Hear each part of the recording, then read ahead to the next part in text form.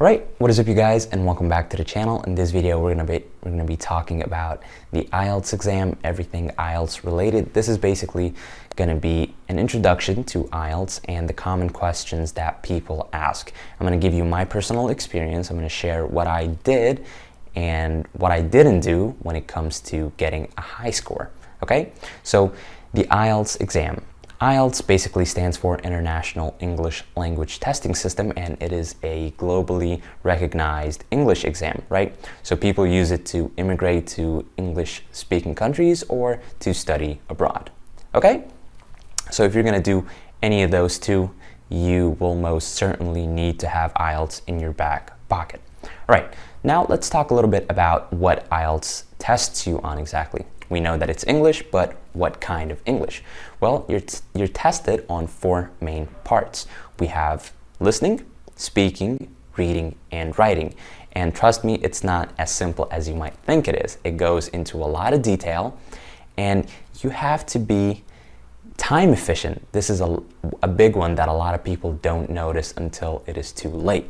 You have to have good English, right? If you want to get a high score. There is no failing when it comes to IELTS, but the higher the score, we have band 1 to band 9, 9 being the highest and 1 being the lowest. So to achieve a high score, you're obviously going to need to have good English and also be time efficient. There will be a lot of times throughout the exam where you will feel like you don't have enough time, but you just have to be more time efficient. And I'll go more into detail. I'll go into more detail in future videos about the different sections. But for now, let's talk about some of the most common questions. Right, so is the American accent, or American English as people say, accepted in the IELTS exam?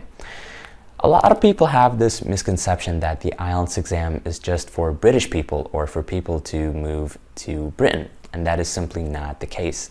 As the name suggests, it is an international exam, so if you speak in any way or with no accent at all, if you speak with a normal accent, as long as you're understandable or when writing and when it comes to speaking, right, talking to someone else, because the speaking exam you're going to be talking to someone else, as long as you're clear, things will be fine, okay? You don't need to have a fancy accent for people to give you the grade that you need, okay?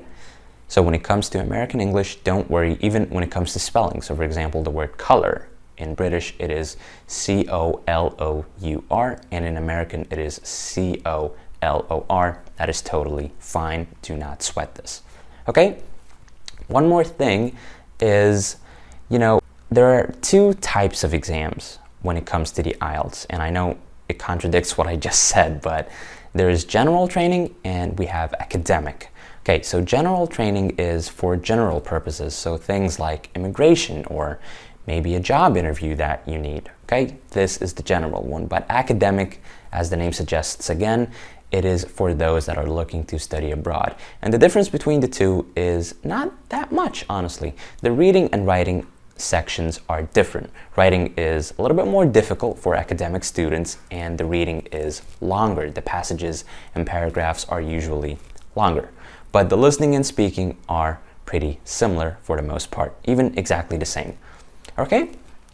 Also, one more thing, as of, I think it was around 2018, 2019, I hope I'm not mistaken on this, but now we have computer-based IELTS, and what that means is that you can take the exam on the computer. Previously, it was only on paper. Now you have the option to choose between the two. So you can do it on paper if you feel that your handwriting is good and you are quicker, but if you feel that you'd perform better and save more time, also remember, save more time on PC, then please go ahead and take the computer-based. I personally took the computer-based one because I type a lot faster and I can change things, and highlight things on PC that I otherwise could not on the paper one.